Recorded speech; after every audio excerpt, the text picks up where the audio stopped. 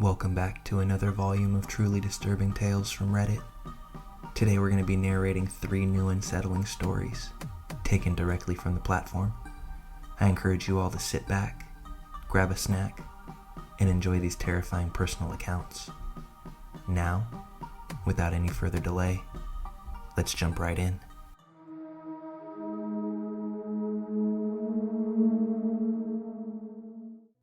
I'm a 24-year-old woman, and this is a bit difficult for me to talk about, but I think it's important to address.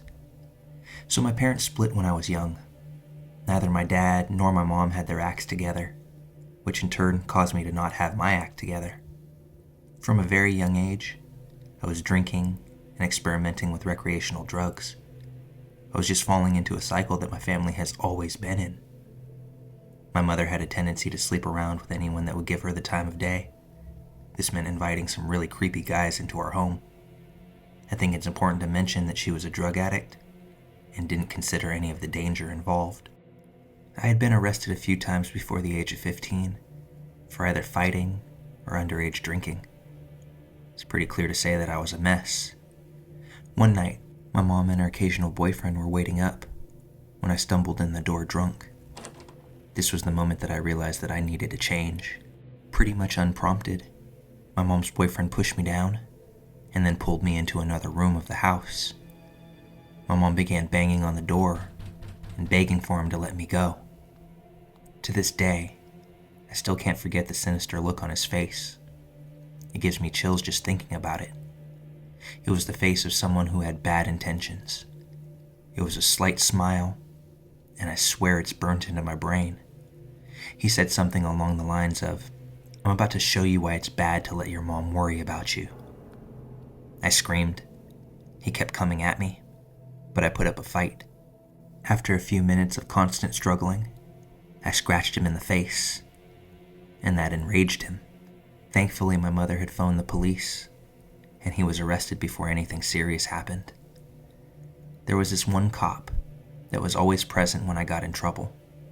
He was around 60 years old at the time. He was tall, stern, but very warm, almost like a grandfather figure that I never had. I remember he was always giving me shit for my behavior. That night, he was there as well. My mom was taken into custody along with her boyfriend, so I was sitting and waiting with him while they were getting my story. Then he said something to me that I'll never forget. "I'm really sorry about all of this.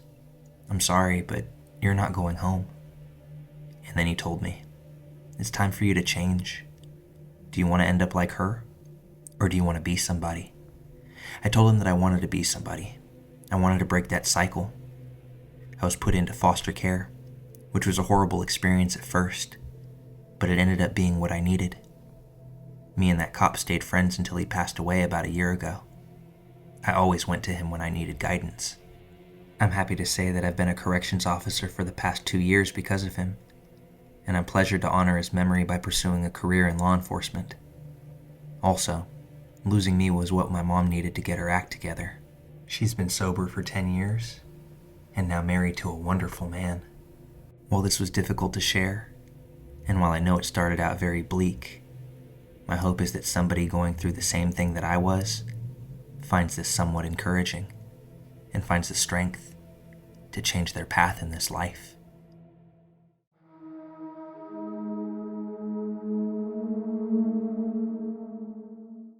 I'll try to be as brief as possible on this one and stick to the relevant events that are giving me this feeling. But the latest event happened last night, and I didn't get much sleep, so my apologies if I ramble or am unclear. My wife and I recently purchased our first home together after the birth of our daughter. Everything was as you would expect it to be for the first few months. Painting, decorating, renovating, basking in our newfound slice of the American dream. You get the idea. Unusual things started happening several months ago. One day as I was getting home after work, I passed by a strange truck 2 or 3 houses down from ours.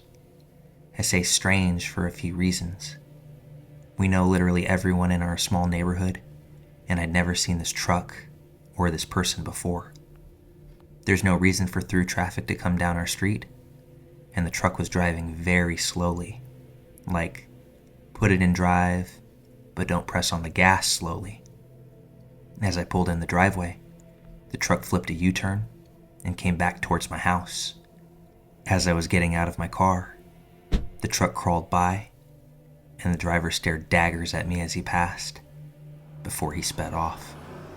I don't like to judge based on appearances, and I like to think that I don't scare easily. But something about this guy's eyes gave me one of the worst feelings I've ever had in my life. Obviously, this was a weird experience. I mentioned what happened to my wife, telling her that we should be more mindful about security. When I told her about the type of truck, my wife said, "That same truck drove by earlier, and the guy stared at me when I got home this afternoon. I thought he was just being creepy and checking me out." I tried to tease her a bit to lighten the mood, calling her cocky for assuming any guy driving by was checking her out. I just didn't want to freak her out, although I definitely was. We saw the truck a few more times over the next couple of weeks, either driving by slowly or parked down the block and facing our yard. But one day, the truck stopped driving by, and we haven't seen it since. I sort of dismissed the whole thing as me being paranoid. But then other things started happening. In the past month or so, my wife and I have been hearing tapping on the windows at the front of our house at night. It's happened 2 or 3 times to each of us separately, and always around 11 p.m. Always soft, but a distinct tap, tap, tap, tap. It sounds like knocking with a single knuckle on the metal part of a screen door, if that makes any sense at all. The first time that my wife and I heard the tapping together was last weekend. We were in the front room playing with our daughter around 10:30, just about to settle her down for bed. Our front room has a large, almost floor-to-ceiling window running the length of the wall next to the front door, which faces the street. We were all sitting on the floor with our backs to the window, reading our daughter a book, when we heard it. Tap, tap, tap, tap. Now our house is older. Creaks and cracks are not uncommon, but the sound was so distinctly intentional that my wife and I immediately looked at each other and bolted up out of the room. I had my wife and daughter lock themselves in a back room while I turned on all the lights and did a sweep around the outside of the house. Of course, I didn't see a thing, and was ready to dismiss the whole thing as more paranoia over something that likely had an innocent explanation. Until last night. Around 10 p.m., we heard our daughter making noise in the baby monitor. I waited a few minutes to see if she would settle down on her own, but when it became clear that she wouldn't, I got up to put her back to sleep. The layout of the room is important to visualize for this next part. The room is on the side of our house, but the exterior wall juts out a bit in an L shape, and the corner of this L is made up of windows. If you're standing in the door to the room, you're directly across from these windows in one corner, and there's a rocking chair in the other corner pointed towards the front of the house. One window faces the street, and the other faces our neighbor's house. A garden bed planted with small shrubs wraps around the outside of the house directly underneath. I was sitting in the chair getting my daughter settled down. I had a lamp on so the room was softly lit. Once she fell asleep, I stood up to place her back in her crib when something caught my eye. There was a figure standing about a foot away from the window, in the bare space between the shrubs and the house, and they were staring at us. I didn't look long enough to see anything more than what appeared to be a man in a light gray hoodie standing a few feet away, separated from us by only a single pane of glass. Sprinting from the room, I brought my daughter back to my wife and I's bedroom, leaving her there while telling my understandably confused wife to lock the door. After turning off all the lights inside the house and turning on all the lights outside, I began moving from room to room. Peering outside the windows into the darkness, I couldn't see anything out of the ordinary. Whoever it was must have taken off after seeing me notice them and made a quick exit. Obviously, I had some trouble sleeping after this.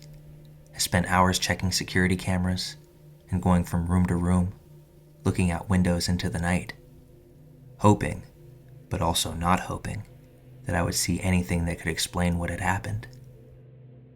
This morning, I went outside to the spot where the figure would have been standing. I thought, hoped, maybe there was a plant or something that I mistook for a person. When I got to the spot, though, I realized the figure had to be standing exactly in a bare patch of ground, about 2 feet in diameter, directly in front of that window. Part of me is still hoping that I'm being paranoid. The mind can play tricks on you in the dark, seeing things that aren't there, especially when you're a sleep-deprived new parent. But with everything that's been happening, I can't shake the feeling that there was actually someone out there last night, watching us. Please, let me be wrong.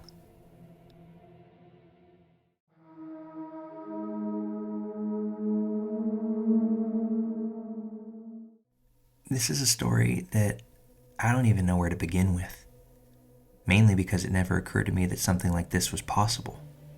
Yet here I am. Since the age of 3, I knew this one girl named Emma. We were originally in the same preschool together. Later, we attended the same elementary school. We were never really close until we turned 9 or 10, because we got into the same group of friends and soon became best friends ourselves. Not really surprising for that age. We'd hang out a lot, pretty much spend all the free time we could with each other. I knew that Emma had problems at home. Her mother was an alcoholic and an addict, even though she denied it all the time. Most of the time we'd spend on the streets.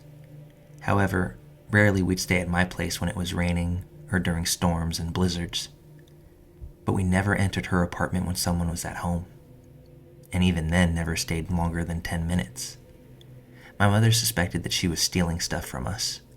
We noticed a pair of golden earrings had gone missing shortly after Emma had been over, and we never found them again. My mom asked me to be more careful around Emma. Eventually, I noticed what my mother meant. Emma would come up with these really out there excuses to stay in my apartment, like saying that if we ever went out in the rain, she would catch a cold during her period, and in the future she wouldn't be able to give birth due to that. I wasn't a dumb kid, but I decided not to call her out or lend any credibility to the obvious falsehoods that she was stating. One afternoon in the summer, I decided to bring up the topic of Emma's family again. She took me to her home, and there was no one there. Everything went normally, so we began hanging out there more often. I noticed a lot of empty alcohol bottles and syringes around, but it wasn't my place to pry. One of the next few times that we went to Emma's house, I had noticed 2 extra pairs of shoes at the entrance that weren't there before. And when we left the doorframe and entered her apartment, I saw a woman and a man sitting at the kitchen table, smoking. I knew that Emma's father wasn't in the picture anymore because he died when she was 2 or so I assumed that that man was her mother's friend. "Is that my name? You've changed a lot. Such a pretty face," this woman said. I was so weirded out as she and the man stared at me intently, eyeing me up and down. My body, my face, everything.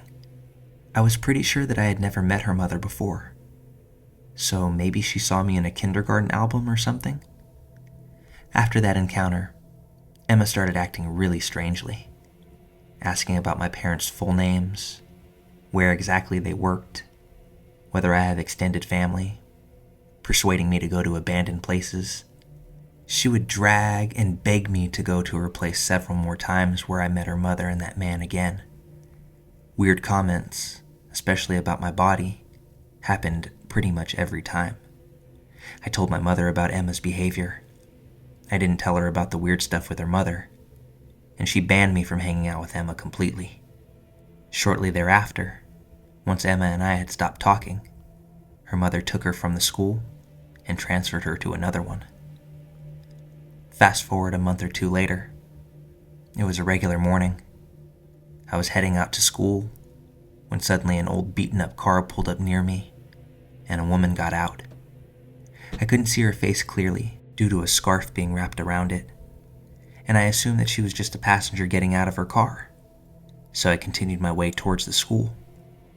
However, I hadn't even made it more than a step past the car when this woman firmly grabbed my arm.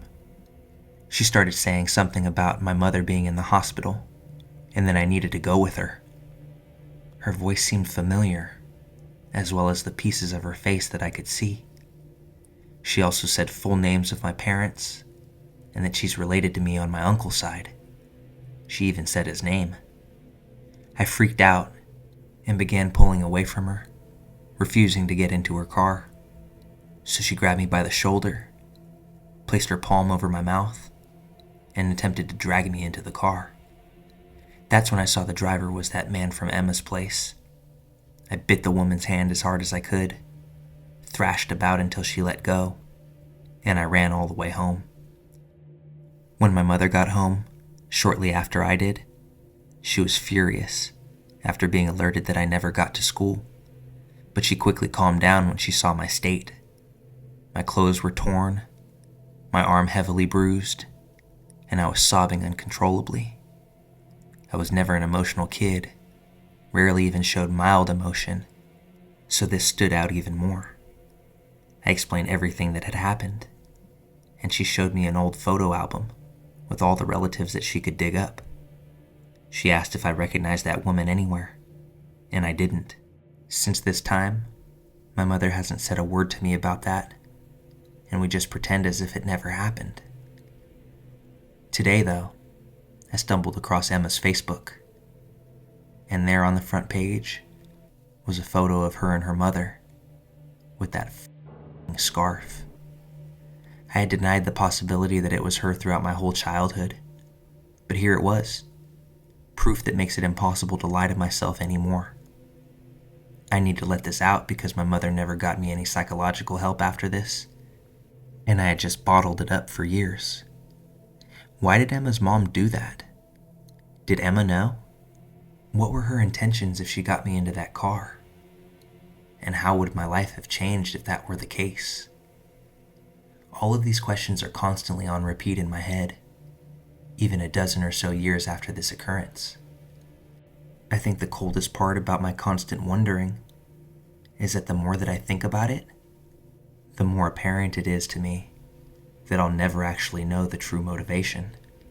I'm proud of myself for how I responded in that moment, and if I could go back, the only thing that I would change is that I would have bitten that woman's hand even harder than I did.